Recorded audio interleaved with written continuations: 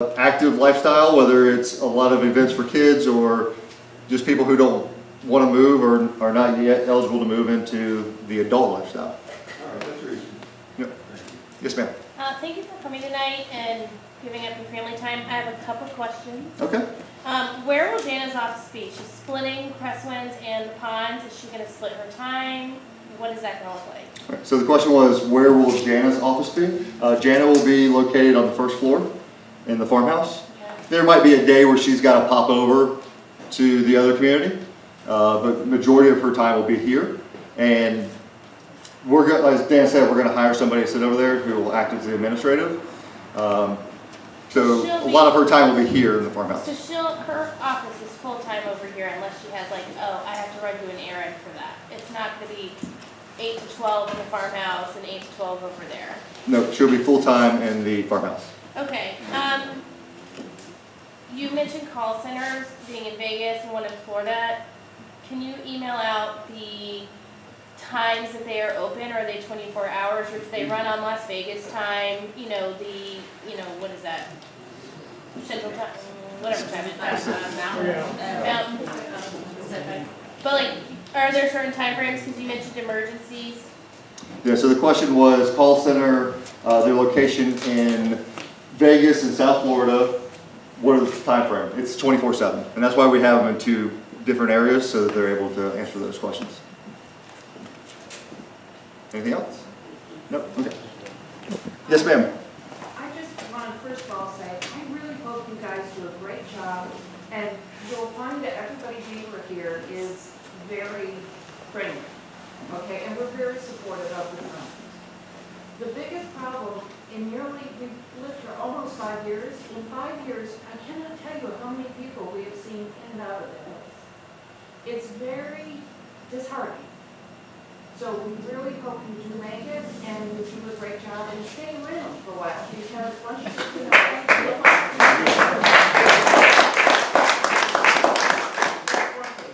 Second thing, a few other questions about FirstService. I want to know, because you mentioned Tennessee, you mentioned Georgia, you mentioned South Carolina, Florida. How many communities do you have? A few questions. How many communities do you have? How long have you been around? And I'd like to know, from what you mentioned, are you in other parts of the country? Because you're president of the Carolinas, so I'm curious about that. And what is your average that you found before the build-out in a community that you are hanging around managing? Okay, I'm trying to remember. Residents. These questions. So how long have you been around? How many communities? Okay. You want me to answer? If you, I don't know the total communities, but if you want to. Yeah, so, well, first of all, thank you so much for the welcoming statement. We're looking forward to getting to know all of you as well. So just very quickly, I'll give you some background on FirstService Residential. FirstService Residential is North America's largest community association management company. We manage over 7,000 community associations across North America and representing 1.8 million homes. The communities that Joe showed you there, the lifestyle type communities, that's not all we manage. We manage over 300 of those types of communities across the United States. We're a part of a larger publicly traded company. Publicly traded company is FirstService Corporation. And we have a sister company, which is a commercial real estate firm you may be familiar with, called Colliers International. Colliers is the world's 3rd largest commercial real estate firm, and that's our sister company. So we have another division that's sort of a franchisor of real estate services, California Closets. If you're familiar with California Closets, that's where the franchisor for them. We have that's probably the most popular one. We have about 12 other companies that's in another division. So the answer to your question is 7,000 associations representing over 1.7 million homes. So we're touching a lot of millions of people's lives every single day that we want to make sure we're making a difference in every time. And how long have you been around? FirstService Residential has been around for well over 30 years now. I think it's actually coming up right on 30 years. And we've grown both organically and through acquisitions. I'm a perfect example. I actually started a management company in 1989, and then in March of 2011, joined with FirstService Residential, and that's how we've done a lot of our growth is through those types of acquisitions. Do you know where your first community was? Well, our first acquisition was a company called the Continental Group in Florida, that's now our South region. And then 3 days later, we did an acquisition with a company out of Pennsylvania, New Jersey area called Wentworth. And those were the first two, and then it's grown from there. All of those companies are now rebranded as FirstService Residential companies. Okay, Yes, ma'am. Yes. So I have been in the industry for over 20 years and have participated heavily in takeovers and due diligence. So I understand all the pains that y'all have gone through and how much work it is. But there appears to have been quite a few missteps in the beginning, and some of it may have been misinformation, but it has set up red flags. I think one of the things that we truly do not understand is the situation that supposedly occurred with the resident's backyard being entered without permission and set off a ton of email floods and questions and worries. And I really feel that we need an answer and an understanding of how this type of situation is going to be handled and what actually occurred.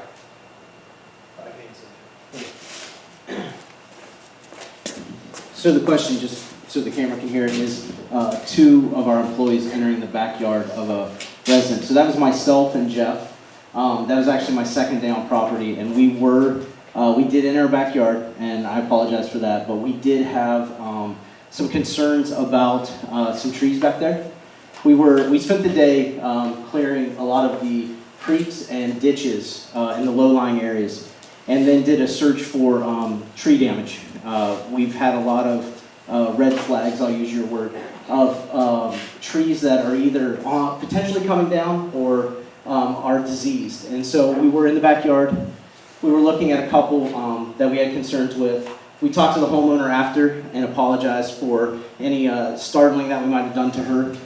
We approached originally from the back, but couldn't get, that is a trailway back there, but we couldn't get close enough to that tree to see if it was a danger. So that's the situation as it occurred. My concern is I have a dog and he likes me very much. He would not sure. like you. I appreciate that, yeah. If you came in his door and he was expecting you, he would lick you to death. Yeah. If he does not expect you, he wouldn't, and then we've got a situation Sure. that we never would want to happen. Sure, absolutely. And we appreciate that, and I think Jeff and I have grown from that situation and certainly talked to the homeowner about her concerns as well. So, yeah, thank you.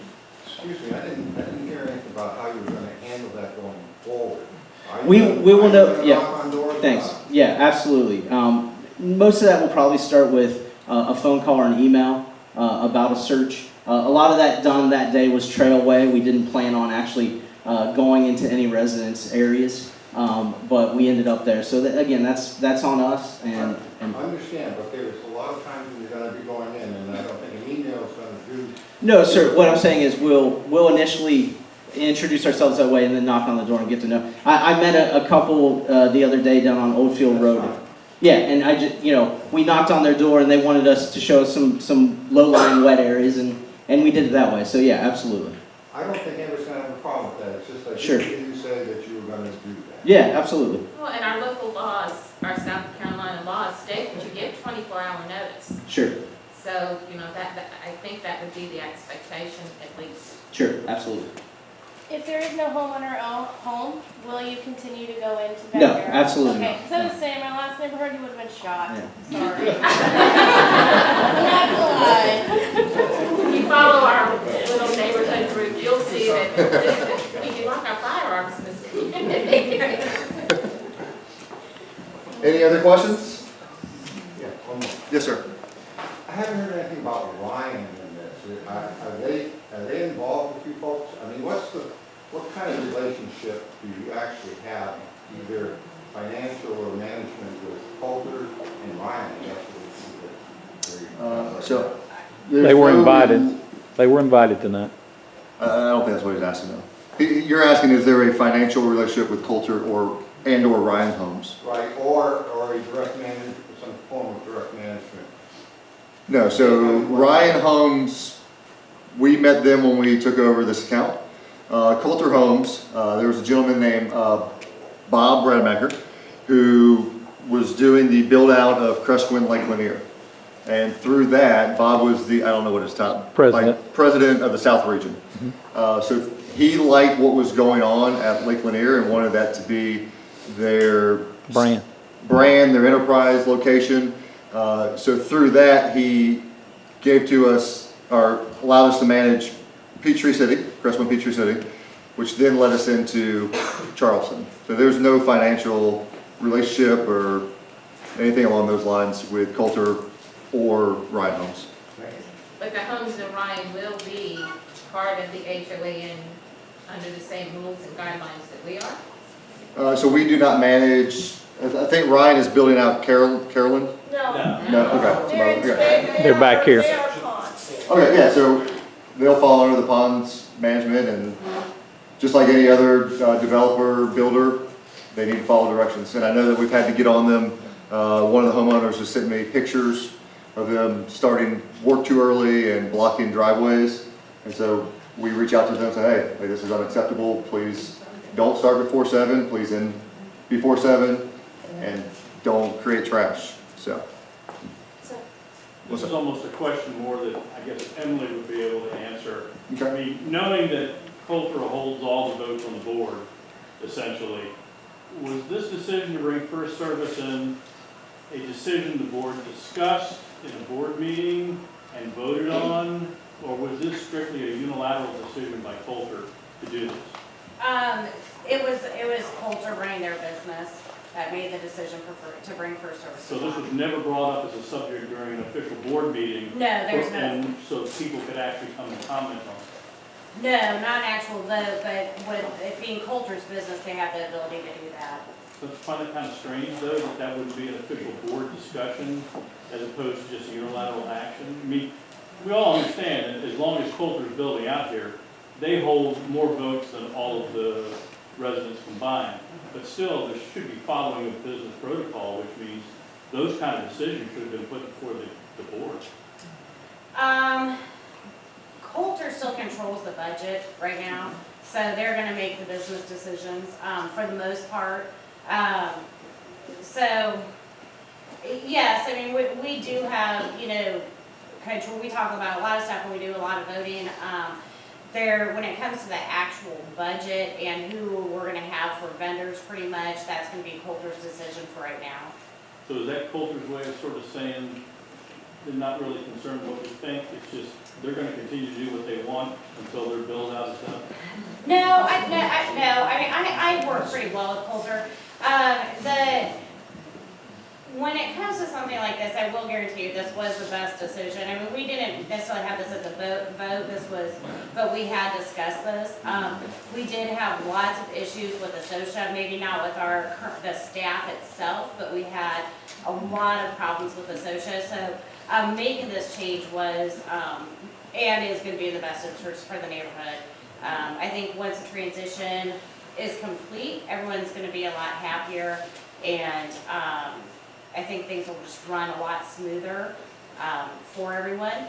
But no, I mean, granted, Coulter can do what they want, but they take into a lot of consideration what the neighborhood wants. I actually work really well with them in getting a lot of the stuff that, I can't push them for a pool. That's a big, huge, high, $1 million thing, but we can do a lot of stuff. We have the suggestion program, so we've gotten like the lock.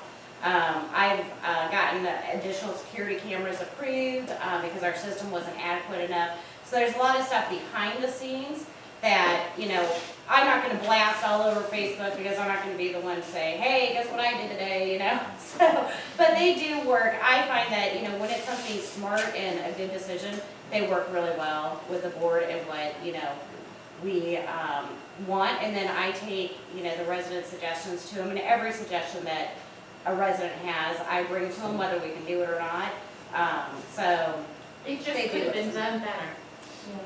It could have been communicated better with us. The transition could have been done better. We knew for months that this was happening. I think it was like late October when it first started that we knew. So for us to have gone the whole month of December, we saw no one. We're used to having multiple events in December. There was nothing. We saw we heard from no one. It just all went very dark and very quiet, and it could have been done better. And with y'all having had as much notice as y'all had that you were coming in, I would have thought that it would have been a little bit quicker getting into place. I mean, there's limited things that we're allowed to do until we're officially your management company. Unfortunately, Associate notified Coulter that they were leaving. And so we had a plan in place that if they just walked out, we were gonna have it staffed somehow.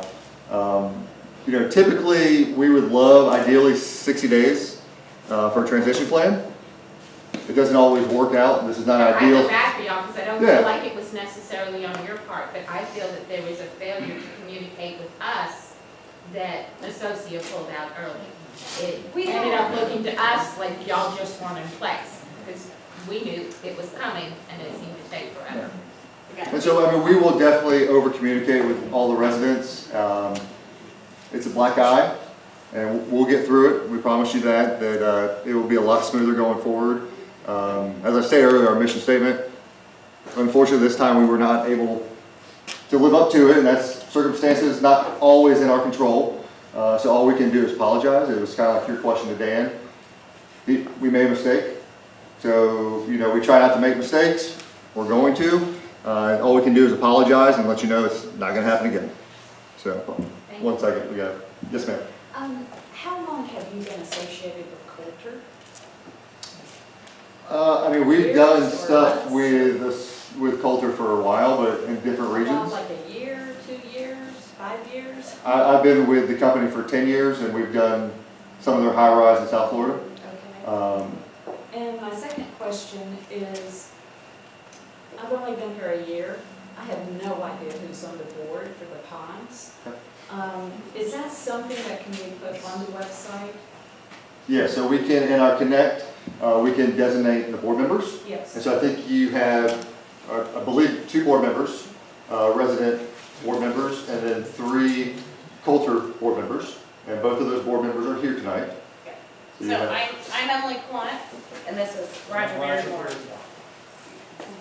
Is it possible, I live in Caroline, Okay. which wasn't a Coulter. I mean, they took it over, Mhm. but our homes were built by D.R. Horton. Okay. Is it possible that somebody from Caroline could be on this board? Yes. To Any, represent us? so just, Rogers actually lives in Preston.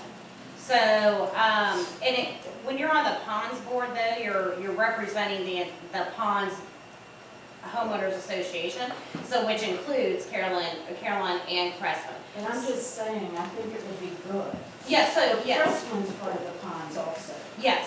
So I'm just saying, we're a small group, but I'm sure that we would have one person who would Sure, represent and us. so, but when you're on the Ponds board, so like, if you had a Caroline resident, the Caroline resident on the Ponds board would not be there to represent Caroline No, itself, but they but could it would at be, least yes, give input and feedback. everything. Mhm. Well, residents of Caroline, they're welcome to run for the board when those positions come up These are for elected elections. positions.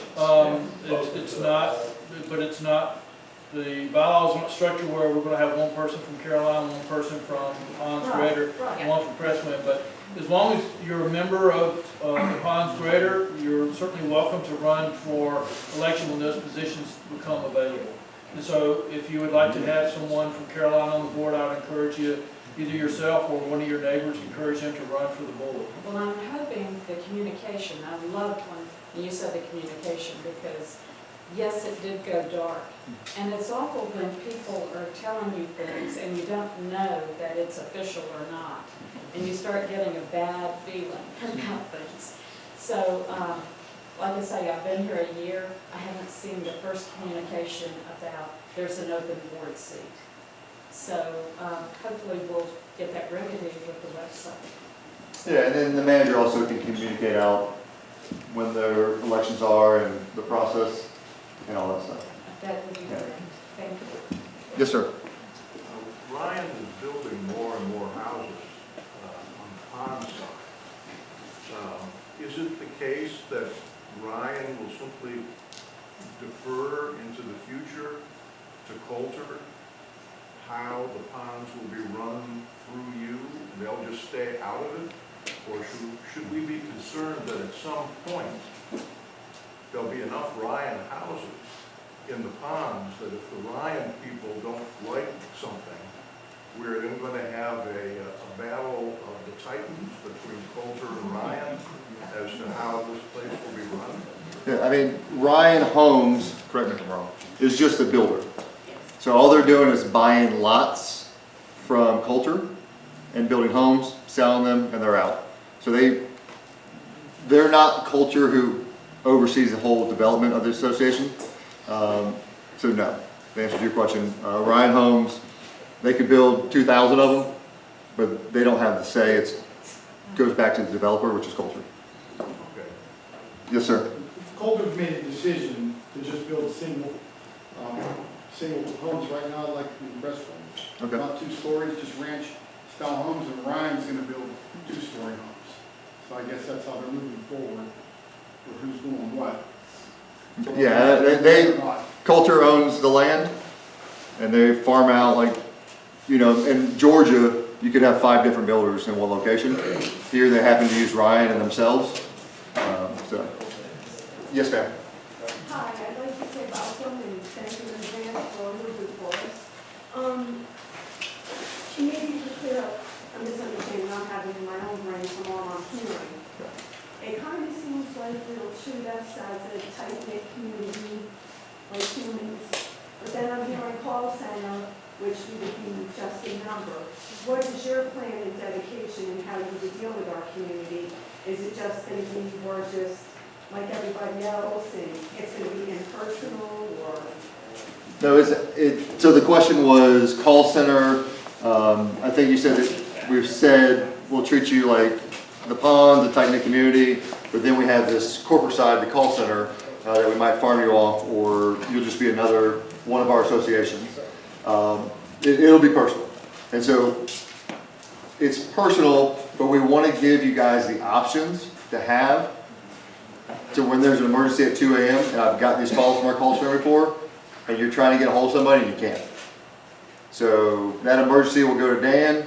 Dan doesn't answer, it rings to me. I don't answer, it rings to my boss. So it's almost like the best of both worlds. Like, you're going to get that one-on-one personal service, but you're also going to get all the backing, whether it's through lifestyle events, whether it's through vendors and getting discounts with, landscape or whatever we can do to bring bulk buying power. You get all that stuff, which a big corporation provides, but you get that homegrown associate management company where we're local. We're here to serve. Your first point of contact should always be your staff on site. If it's something they can't handle, they'll reach out. We're a couple hours away. We can be here if we need to be, but a lot of stuff, Dan, Eva, we'll be able to handle for you guys. Red cap. Red cap? Oh, sorry. Yes, sir. I have a question about down trees in the wetlands areas, like kind of between the homes and whatnot. What is your policy on down trees, especially with the hurricane season, and when you have a lot of down trees on occasion? Is the policy to remove them or what? Let them sit if they're not near a home, or what is that policy? Because quite frankly, when prospective buyers are driving or whatever, it's unsightly if you got a lot of down trees. Sure, yeah. When it's in the common areas, Jeff and Phil have flagged the trees that are either on their way down or have already fallen, and are working on cleaning those up so that they don't get into the waterway system. If we're talking about a down tree between houses, we've got an issue where it might be private property, it might be common area, it's hard to say, so we just want to evaluate that case by case. We do meet with Coulter every 2 weeks to talk about those types of maintenance issues. So if you see them in your vicinity of your home, please email me so we can evaluate that not from only from our perspective and the developer, but also if a contractor is involved as well. We want to get that cleaned up as quickly as we can. So. Well, specifically what I'm referring to is, well, you answered it, I think you've answered it, but just to clarify. Like in the back of the back of the property, there's a conservation area, a rather large wetlands area, where you're probably going to have more down trees in the future just because of the nature of the ground there. It's wet, it's sloped, and next time you get a hurricane or whatever. So it's not, they may not be near a home per se, and they may not pose a danger to a home or anything, but they're still there. Yeah. Are those going to be removed in the future, assuming, our next hurricane comes in and I don't think you can take. No. Emily's gonna, yeah, Yeah, so we, Corps of Engineers. Right. yeah, we have, so the wetlands actually have specific covenants, and they are governed by the Army Corps of Engineers. So we have to be careful. Now, there are instances where they can be removed, according to the covenants, and I can get copies, if you'd like, but, when it comes to your property, a lot of people do back up to wetlands, and, you really have to leave it alone unless you're having issues with flooding onto your property. So, we've actually, Coulter has ran into instances before where homeowners have gone into the wetlands and removed shrubs and trees, and the Army Corps found it. Not only could Coulter get fined, but so could the homeowners, and the Army Corps could essentially just put a stop to anything if they deem that it is. So it's a really kind of regulated, and the covenants have to be followed for the wetlands as they're protected. well, so if there's a down tree in that wetlands area, it's going to stay there? Yes. We had an incident at Lake Lanier, that we are on Lake Lanier. And the Corps owns 65 feet off of the lake. Yeah. And a homeowner removed a tree inside that boundary, one tree that was in Corps property because it had failed and it sort of obstructed a view that they didn't have already. And it cost them $700,000 and almost cost Coulter their building permit. Right. No, So I'm not talking about. if it's in that Corps property Yes. and it falls, it stays. Oh, it stayed, all right. It Well, stays. that property that is up at the front near the Y where what I have been told was designated for Dorchester District 2 if they wished it. There are a lot of trees that have been down for almost 2 years now. Yeah, so that, because the ponds is, like with our common areas, kind of more the natural conservancy, generally, if it falls in those areas, they do just let them lay.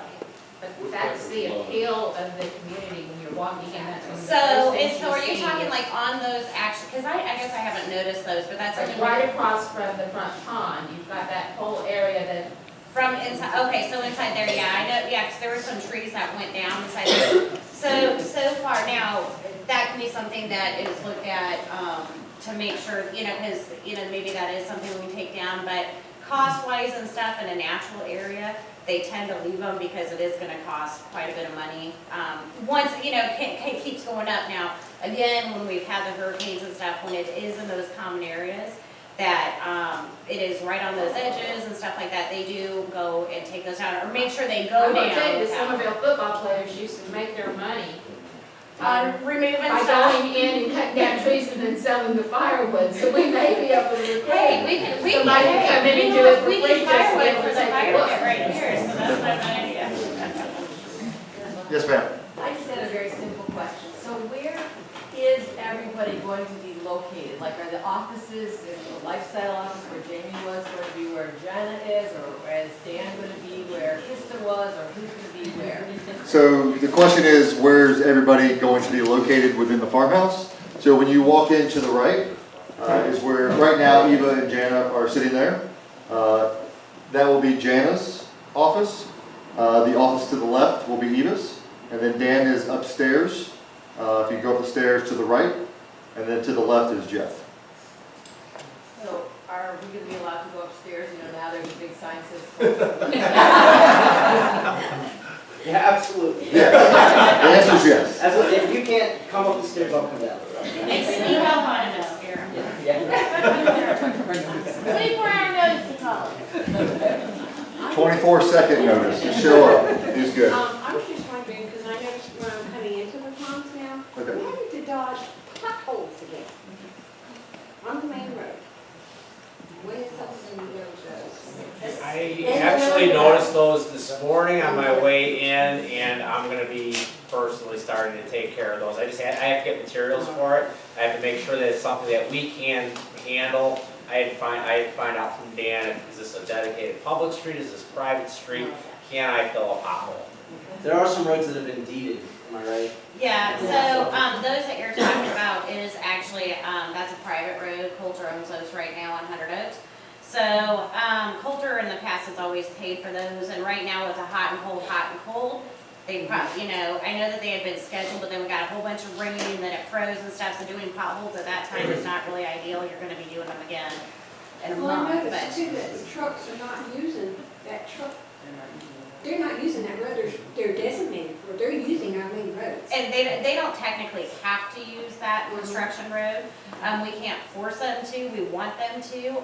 But then again, when that road, it's not a real maintained road, so when it is wet and stuff, they can't make it through there. And then depending on where they have to go into the neighborhood, sometimes it's not ideal that they do use the construction road, but we do, they want them to use it, obviously. It's gonna. So Dan will bring that up to Culver, but next Wednesday be a perfect opportunity for you to sit there and ask him that question. And fix the potholes. Yes, sir. I'm going to circle back to the events and the event Okay. director. We are first time in a community where there's an HOA. We've heard lots of horror stories from friends, colleagues, you name it. A good HOA helps sell the community, boosts property values. A bad HOA does the opposite. So far, I'm pretty impressed with what I'm hearing. My question is, with respect to events, I realize that what we pay in the ponds and what Crestman pays in fees is quite different, and we expect that there will be things that Crestman gets that we don't get in terms of events and things like that. But in terms of the big events that you folks are promoting, what kind of access would we have to those things? Like the previous director had a really great, bus down to the hockey game, and a bus down to